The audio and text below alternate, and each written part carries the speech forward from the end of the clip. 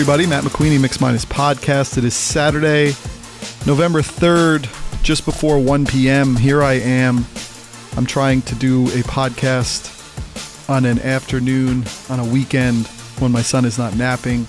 My wife and I are trying to kind of go back and forth between her being with him and then me being with him. The ultimate is you want to all be together. But my wife and I each have a lot of things that we have to do that are outside of our normal work days. And really the only time to do it is weekends. And while I can do a lot of stuff at night and late into the night, especially on Sunday nights, she is pregnant. She's like 5 months pregnant and she is tired. She's exhausted. She still has what they would call morning sickness, although what you come to find out with pregnancy, it's called morning sickness, but a lot of times it's always sickness. And with our first child, Liam, she was sick for about 16 weeks. And now I think she's coming up on 24, 25 weeks, and she is still very sick and has days where she's especially sick. So in light of that, she's struggling a lot on a daily basis, and it takes a lot out of her. And for all the side gigs she needs to do, not necessarily side gigs, but the other responsibilities she has, whether it's in area band or whether it's playing gigs with other outfits, she needs to do that during the day. And so we're trying to work this out in this new world of no naps to give each of us the time during peak hours in the middle of the day to do what we want to do.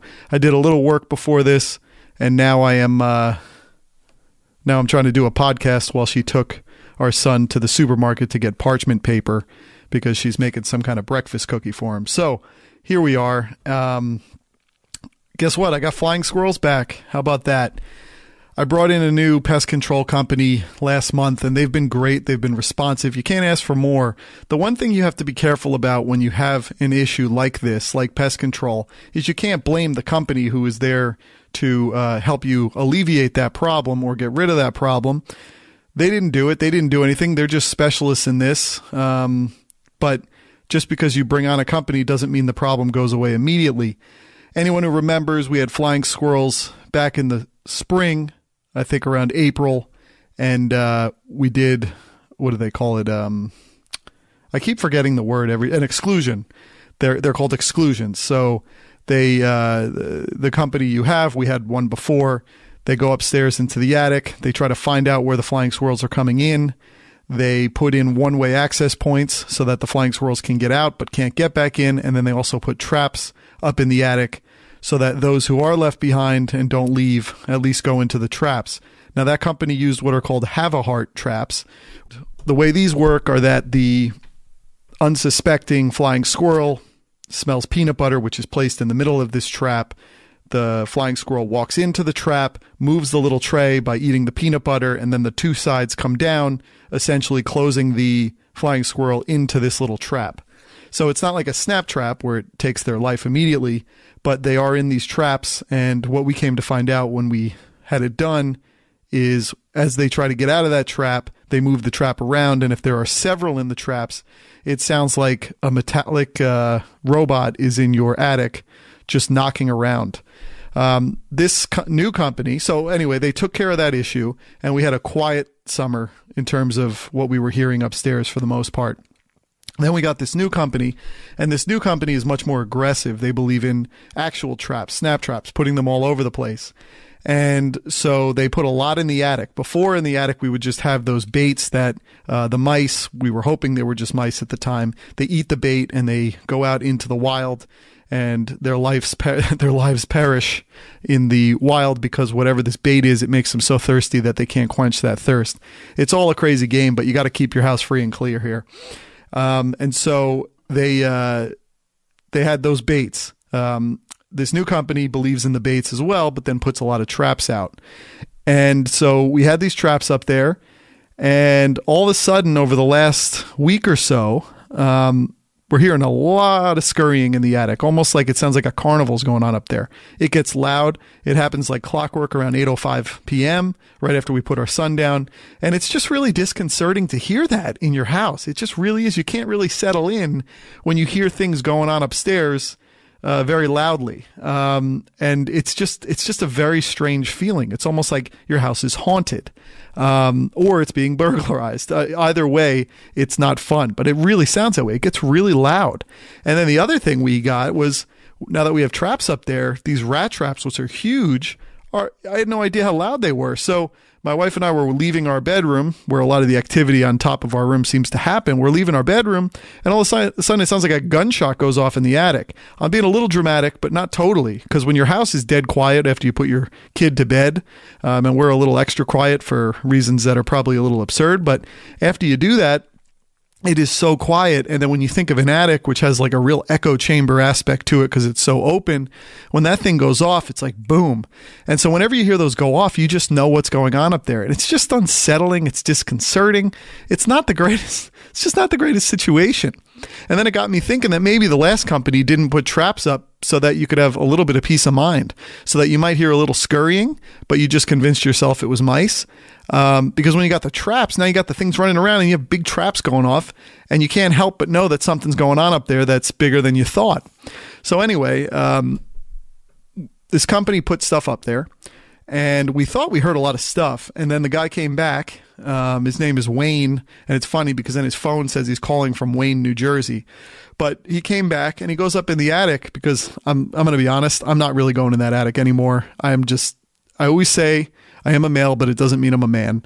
And so anyway, he went up there, he comes down, he goes, Matt, there was nothing up there. And I'm like, are you kidding me? What the heck is going on?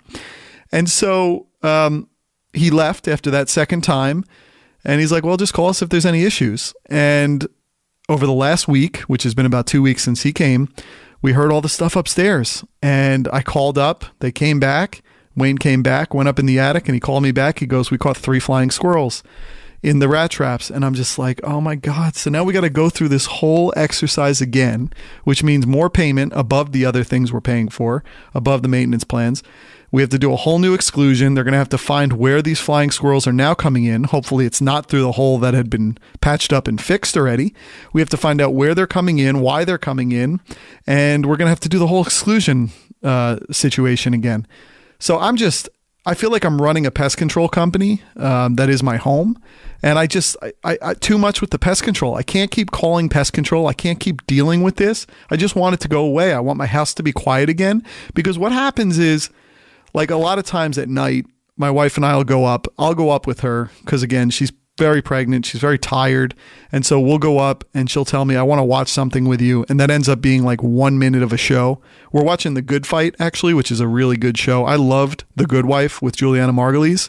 And this is the spinoff on the CBS All Access streaming service, which is different than CBS. So The Good Fight is exclusive to CBS All Access.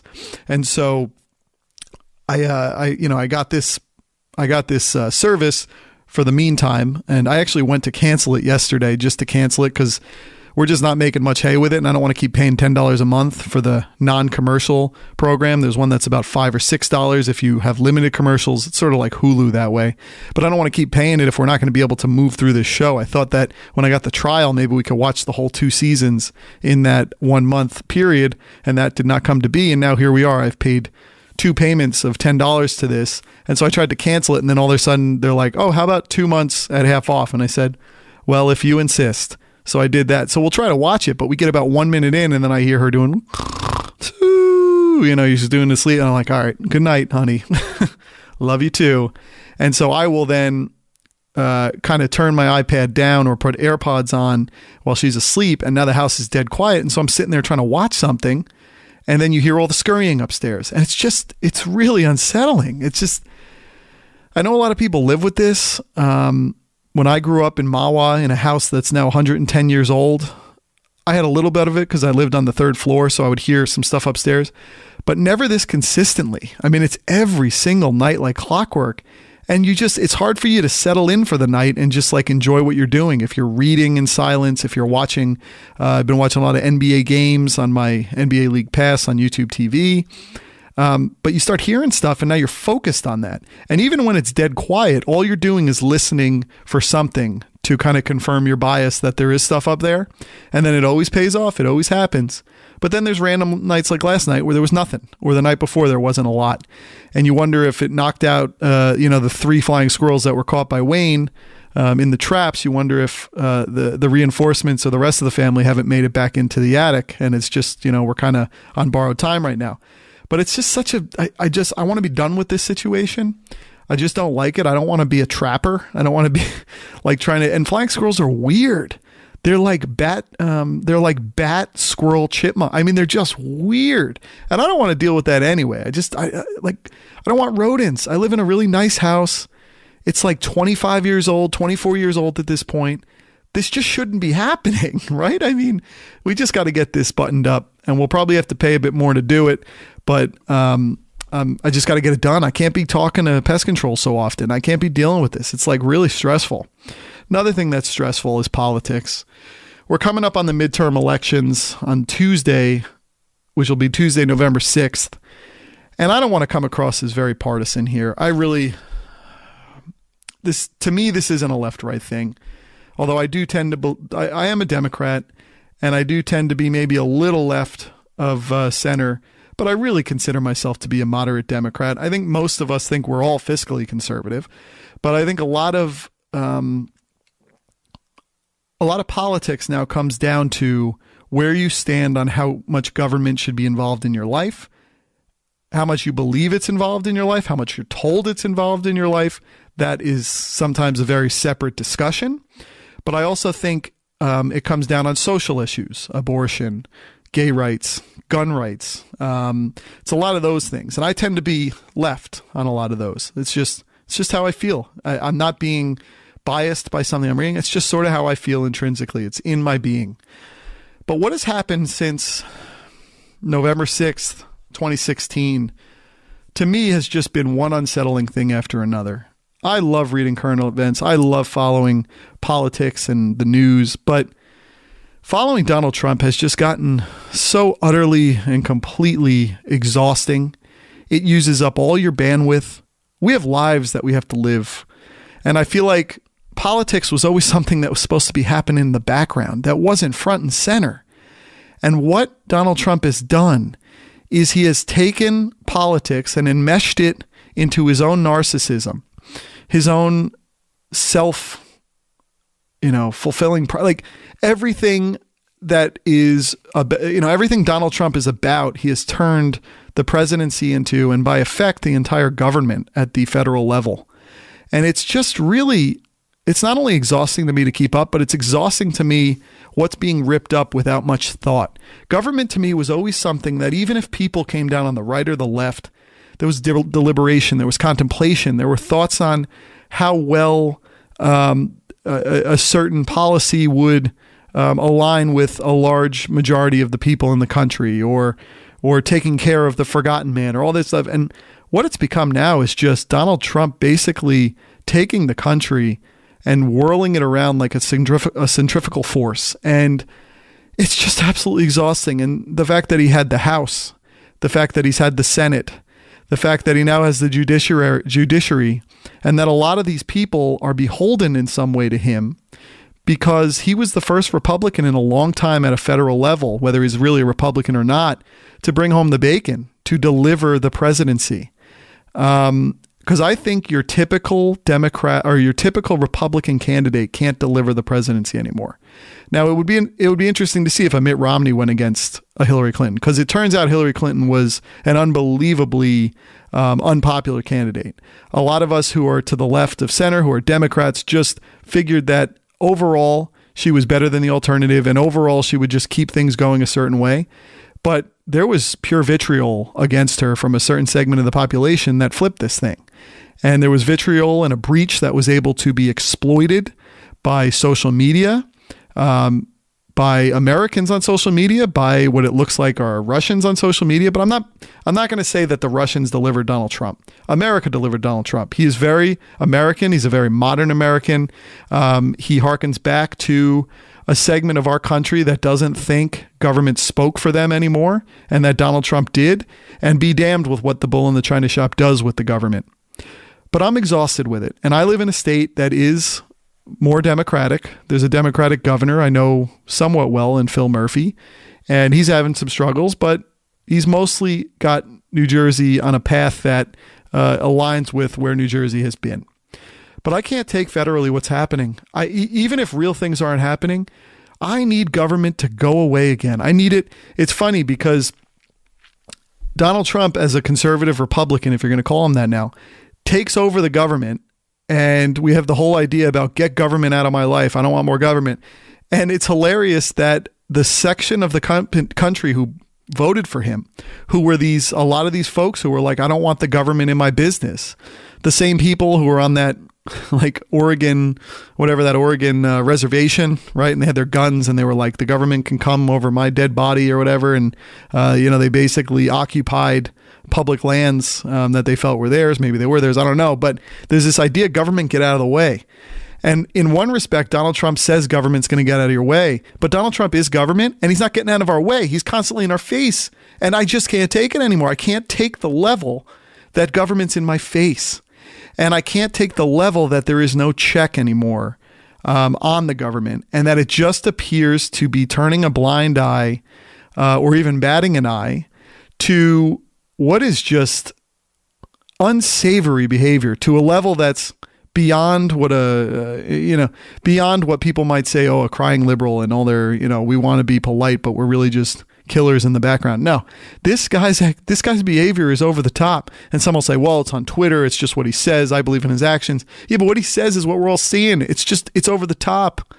And the rest of the world is really like, they think it's a joke and it's silly. It's like a child. It's like a child king, right? I mean, it's out of control. And I don't even know how much he loves the presidency. He loves being president, but I don't know how much he loves the presidency and presidenting and presiding and, doing the things that are necessary to the job, reading briefing papers till 11 at night, getting into the office at 8 in the morning and not leaving till 6. The amount of executive time he has all day, which is him just watching the news and tweeting back at it. It's insane. And it needs to be checked. We can talk about impeachment. We can talk about whatever we want to talk about. There needs to be a check here. And all indications are that the Senate will not flip. And now that the Senate is sort of not got a filibuster threat anymore where you need 60 votes, you just need a slim majority. You just need 50 because then the vice president is the deciding vote on a lot of things, means that just a 50, having 50 senators is status quo and it keeps Republican control. But the House needs to flip. And it looks like the House will flip. Even if it's by a small number, it looks like it will flip. And it's amazing how much is being placed on this event, how much it needs to happen. And if it doesn't, how scared I am about moving forward here. This is not about a hatred of a person, although I don't like Donald Trump. I haven't liked him. I liked him in a way when he was just on Howard Stern, when he was The Apprentice, and he wasn't involved in my life. And I would just read about him on Page 6, or I'd see him on NBC when I was watching The Apprentice, or I'd hear him, like I said, on Howard Stern in interviews. It was compelling. But now that he's the president, it feels like an occupied land to me. It feels like it's not America, and it feels like we're losing the esteem that we once had, both for ourselves and in the world. And it's really, really unsettling. It's like having flying squirrels in the attic, and you always think they're going to come to roost. And I think we just need a check here. And I'll let what happens. Maybe Donald Trump just slithers away and moves more towards democratic policies that align with what he thinks. Everyone always says he's into infrastructure. Let's see it to believe it. But he's in our lives too much. And he's not getting stuff done. It's too much with the tweets. It's too much with what he says to try to throw people off this scent or that scent, or how he's really playing upon breaches and divisions to try to win a midterm. It is like soulless. It's almost amoral. Forget immoral. I'm saying without morals. It's out of control. Playing with the caravan that's 2,000 miles away from America, sending troops to the border. I mean, it's all just unsettling. And so I really, really think we need this check, because I honestly don't. I mean, this goes further too, because let's be honest, a lot of this nationalist, populist governing and policy really seems to be the new way things are going. You look at Andres Manuel Lopez, right, in Mexico. You look at Jair Bolsonaro in Brazil.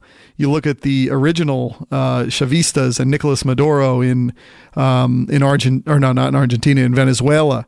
You just look up and down. You look into Europe. You look into Italy. You look into what's going to happen, it looks like, in Germany.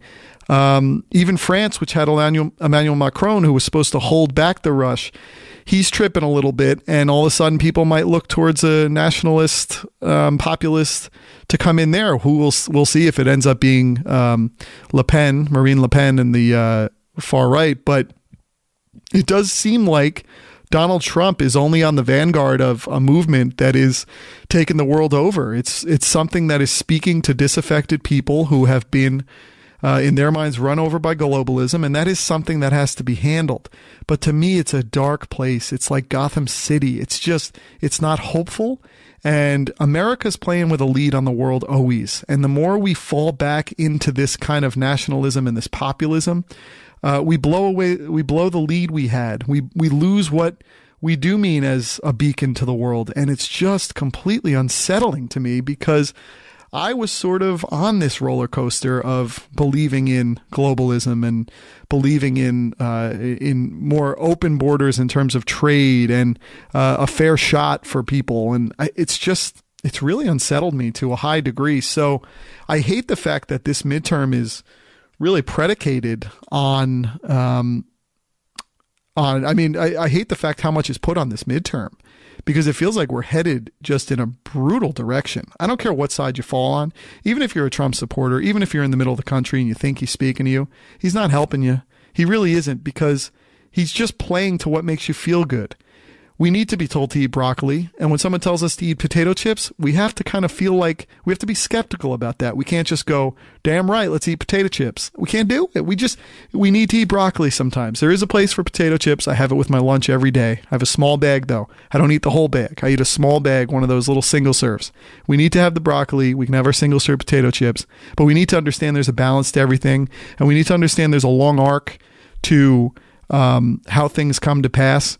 And all of that is kind of being thrown under in a catharsis and an anarchism in some ways. And I mean, it's very unsettling to me to see this happening in real time, and the way things are being almost ripped up and the fabric is being torn asunder. I mean, it's upsetting. And I look forward to the midterms, but not in a way like it's entertaining. I look forward to somehow the Democrats getting a majority in at least the House, so we can have some kind of check on this presidency, so we can be sure that a lot of the things Donald Trump assures us are not a problem, or, hey, it's a misunderstanding. We need to be assured that these things, these emoluments clauses, this transactional form of politics, this kind of nakedly honest, if you will, form of impolitic, it's just, I can't take it, and I think we just need it, because we need to get back to government being quiet again.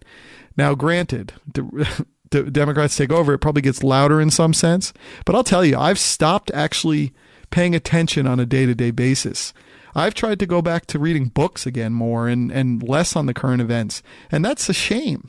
I should read current events, but it almost hurts me, and I don't want to read things that are just hurting me on a daily basis when I'm seeing the world that I thought was being built in front of my eyes just being ripped apart. And I don't like it. And I'm not trying to speak badly of anybody who voted for Trump or who identifies with him, but you need to see beyond his effect on hurting liberals. That's not a policy that will ultimately pay off. And it's a catharsis, and it's something that you don't want. It means you don't want to build something here. And that to me is really scary. It really is. So there's a lot happening on this Tuesday, this election, this midterm, and hopefully Democrats take over the House in a resounding fashion again. Not because I'm rooting with the laundry, I'm rooting for the team, it's because we need a check all of a sudden. We need a check.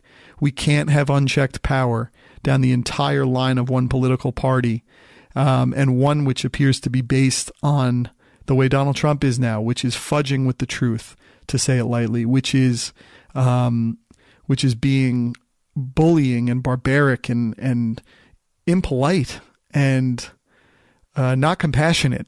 And that to me is something that the first step can happen if there is at least one check put in place here. And it's necessary. I think it might, if he's going to be an okay president, it might make him actually even be a better, it might even be a little bit of a better presidency for him if he has a little bit of a check. So we'll see. We'll see what happens on that midterm night. What else we got going on? I said about I'm reading, right? So I'm trying to read 2 books at one time. I got a lot of books to read. And I'm reading Jeff Pearlman's Football for a Buck right now about the USFL.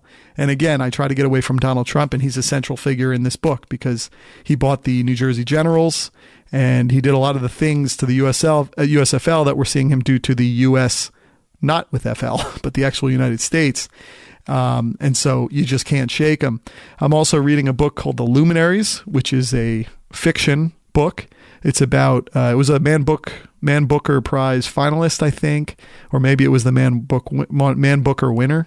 But it's about it's about New Zealand in the 1850s and, kind of mining and this society and a murder and just a lot of angles to the story. I'm about 100 pages into an 800-page book. I started reading Football for a Buck, though, and all of a sudden this one's been put aside, but I do have to pick it up. I like the idea of the yin and yang of having fiction and nonfiction at the same time. I'm just trying to do it. It's a good book. I also watched The Romanoffs, which is on Amazon, and it's the first television show that Matthew Weiner has done since Mad Men finished like 4 or 5 years ago, I think it was. And it's an anthology show, which means each episode is a different set of characters, and there's some defining principle to the show. And in this case, it's these people are all descendants of the Romanov dynasty, the Russian dynasty. And there's a lot of characters in it. There's a lot of storylines that are kind of interesting, but each one is very different, and it almost feels each one to me like little Woody Allen movies. But it's been a pretty good show. It's been fun to watch. It also comes out weekly, which is more along the lines of how TV used to be, right? And being on the Amazon Prime streaming service makes that very interesting. I also started watching Outlander, which is on Starz. And the funny thing with Outlander, I remember reading about it, and the reviewer said it was a really good show. It was worth watching, had an interesting story to it. And I keep wondering why it doesn't get more popular acclaim. And I believe it's because, for whatever reason, Starz never let it be on another streaming service, never let earlier seasons be on Netflix or on Amazon Prime. And so because of that, no one's catching up with it. So those who get it on word of mouth have to end up getting Starz or have to purchase the season through an iTunes or through an Amazon, but they have to actually purchase it. But I started watching it because I'm just looking for something to watch, and it's very interesting. It's sort of sci-fi in a way. It's sort of historical. It's about a World War II nurse and her to-be husband, who was a spy master in Britain or Scotland. And they're reacquainted basically after 5 years of being away in World War II. Then they're reacquainted on their honeymoon in Scotland. And then by being in Scotland, something strange happens, and the woman is transported back to like the 17th century, same location, but in Scotland. And now she's being like carried along as sort of a hostage by the Highlanders. So I'm only in the first episode. I watched the first episode, the pilot. Very compelling. And from what you hear, those who do watch it say it's very worth watching. I just think it's being blocked off a little bit because it's on Starz only. But I am moving through that. So that looks like a good show worth watching. How about the fact there's going to be a Game of Thrones prequel? And how about the fact that it sort of came upon the world because Naomi Watts was trending, and Naomi Watts is going to be in this Game of Thrones prequel, which apparently takes place 1,000 years or more before the Game of Thrones story. So that is kind of a very interesting thing to take. On the technology front, I talked about the fact I was getting the iPhone XR and all the reasons I was going to do that. I was like, I'll live a little frugally. I'll save a lot of, I'll save $15 to $18 a month on my bill. It'll be great. Well, I'll tell you what, the iPhone XR came, and it is a nice looking phone, really nice. It's a little bigger in the hand. It's a 6.1 inch screen, different in the sense of when I had the 5.8 iPhone 10. But I'll tell you what, I got it, and the minute I turned it on, the screen was just noticeably inferior to me than what I had been experiencing for the last year. And no matter how many times I told myself it would be okay, I'll work through it, I couldn't do it. It's almost like, I mean, this is being really dramatic, but it was almost like I was looking through someone else's glasses, or I'm looking like when you got the Retina iPad and then you would look at a non-Retina iPad, the difference. Whereas if you just had the non-Retina iPad, it wasn't a big deal because that was how you lived. But once you saw Retina and then went back, it was just too noticeable, and I couldn't shake it. So I ended up getting onto Verizon chat, and I was like, I think I made a mistake. I want to get out of this phone. What can I do? And it ended up, they're like, oh yeah, you can move up to the 10S, which I ended up doing, which is good because I had some scratches on the original 10. But you know, when I had the 10 still at the same time as having the 10R, I just came to realize what a beautiful phone the 10/10S is. It's a perfect cell phone. It just is. And the 10R isn't bad, but it's just inferior. And when you've had something for a year and then you get something even slightly inferior, it's hard to shake it. And you really have to convince yourself through the cognitive dissonance of having it. Like you would have to keep it for like 2 weeks, get acquainted with that, and then all of a sudden just be okay with it. I'm sure I would have, but I just decided I don't want to do this. I'm really into tech and I'm noticing it enough, and it's going to be something that bothers me if I'm noticing it already. And so I was able to get back to the Apple or to the Verizon. I got it online. Everything worked out. I got to the Verizon, turned in the 10R, got the 10S, and I was back in business. I felt really good. I had backed up my 10 already. So when I got home, I reinstalled it with that backup. Everything was great. And then I'll tell you what, the good thing with getting the 10S, if you had the 10, they're the same exact form factor. So the next day, my wife was going to be going to get sheets or something for my son at Bed Bath & Beyond in Newton. And I was like, oh, there's a Marshalls or a TJ Maxx, same company, right? But there's one of those in the same shopping plaza as this Bed Bath & Beyond. So I said, oh, I'll go over there. You know, I got some gift certificates because everyone knows how much I love those stores. Get good clothes, shoes, all that. And I went in, and there were just a lot of covers for the iPhone 10, which would work for the 10S, because they get the second market stuff at TJ Maxx, Marshalls. So they had the second market 10s. And so I was able to get that. And they had a lot of choices. They even had Otter boxes, which are those really protective ones. And so I got that, and I put this Otter box on, and it was great. And it was only $14. So you can save a lot there. So that really worked out.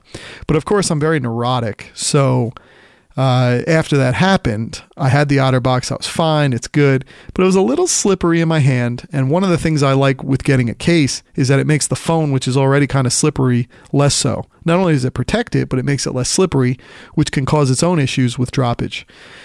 So I had this Otter box. I'd been using it for about 24 hours a day. And I was like, I don't really love this.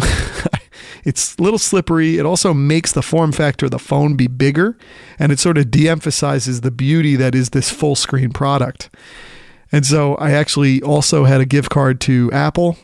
I went over to the Apple store and I got the old basic silicone case for the 10S.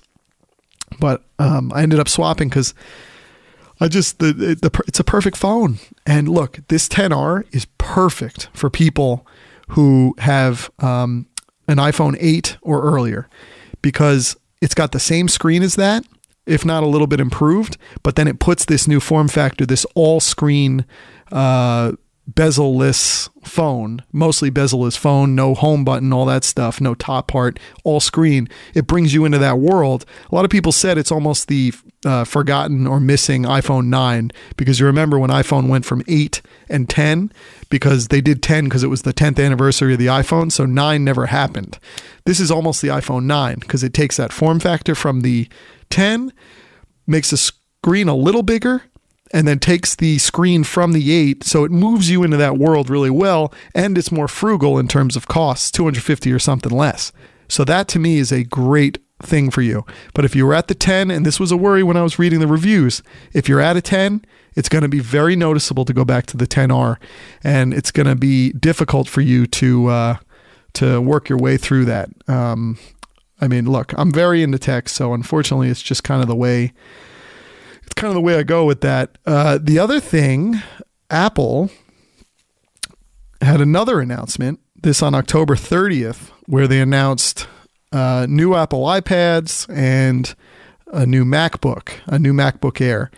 So a lot of people like the MacBook Air. I tend to have a MacBook Pro, which I got, I think, a year ago now. Maybe, yeah, I think it was a year ago now. And I got an earlier, I had the most recent one at that date, and it's been a good computer. I do have to say I kind of miss Windows computers. I just am so used to them. It's what I work on at work.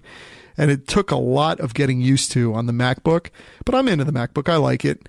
But the MacBook Air got a refresh. It has a 13.3-inch Retina display, 3rd-gen butterfly keyboard, Touch ID, and 50% narrower bezels. That's our big thing. We're getting thinner, and we're cutting out anything that's not screen on the screen part. Apparently, the trackpad's 20% larger. It has stereo speakers that are 25% louder. Siri's built in. Headphone jack remains. 2 USB-C ports, and then all the Intel stuff. It's going to be a nice computer if you're looking to upgrade. Mac Mini makes a return. So the Mac Mini is almost like the tower that you can then use to put like a screen and a keyboard. It doesn't give you any of that, but it gives you a very almost a very robust computer, and then you just got to add the rest of it. I have not gotten into that. The big one is the iPad Pro with Face ID. So the cool thing with this new iPad, and this is what I've been waiting for, and I will probably get it. I'll make someone get it for me for Christmas, and then hopefully there's a Black Friday deal on them or something like that, or a holiday deal. It's the iPad Pro, and it gets rid of bezels, basically. So it's taking a lot of the new things I was just talking about that you love from the new iPhones, and it's bringing them to the iPad. Now, it does not have a notch which the iPhone has, so I guess they're able to get the camera into what little bezel is left, but it's a full screen iPad, beautiful, no home button, nothing like that. It is going to be a great experience. And they have one that is in the same body as the 10.5-inch iPad Pro was, but it goes to 11 inches because you're removing 0.5. And then it has one that has the 12.9-inch larger iPad Pro, but it removes the bezels to get the iPad to a smaller form factor. It's going to be hard for me to figure out which one I want. I almost feel like I'll probably go for the 10.5 because it's also cheaper. It's where is it here? The new iPad Pro starts at $800 for the 11-inch. And $999 for the 12.9-inch. That is steep. But if you could turn in older iPads, even just one, and then you wait for some Black Friday deals, it could come down to something that's more manageable, but still up there. And then you're thinking about, that's the low end. So that's storage, which is like 64 gigs, right? You're really going to want double that or even 256.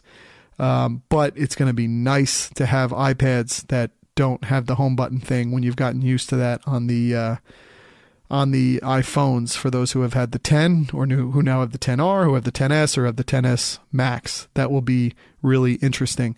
They brought a new Apple Pencil in, Apple Pencil 2. I never got into the Pencil, even though I have one. There will have to be a new optional smart keyboard, obviously, with the new form factors. And it's expensive. The Apple Price 2 is $129 now. The smart keyboard is $179 for 11-inch, $199 for 12.9-inch. This is like the price of the Apple TVs. And so that is going to be cool, though. I'm really looking forward to the time where I probably will get them, not right away, but it'll be nice to get them and move into that world. The screenless, the bezel-less iPad. That will be fun. All right, folks. Well, why don't we call it there right now? I got to get upstairs. While I do have the time in the middle of the day, I don't have a lot of time. So I wanted to get a little update with some of these items here, some tech, some politics, some media consumption. And I hope nobody's turned off with how I feel about politics. I'm not trying to do that. I'm just trying to bring out what I'm struggling with internally. the way I grew up in politics, what I believed in, what I still believe in, the types of candidates I believe in. It is not me versus you, us versus them. It's truly just me trying to come to grips with you, the audience, on how I'm getting through this and what I'm afraid of and what's important to me. So I'm not coming at you. This is not a debate show. This is not Fox News. This is not MSNBC. It's just me speaking. I don't believe in a lot of those things. I don't believe in a lot of watching the news on TV. I believe in reading about it, and I believe in reading well-researched, long pieces, even books where you have the benefits of hindsight to look back on how things happened, and which give you the chance to hear what people have to say 5, 10, 15 years later after those battles. That's what I believe in. I believe in a calming effect and not so much vitriol, not so much heat, not so much fire. We need to bring the temperature down. And I'm just kind of speaking from that point of view. So I love you all. I will talk to you later. Over and out. Matt McQueenie, Mixed Minus Podcast.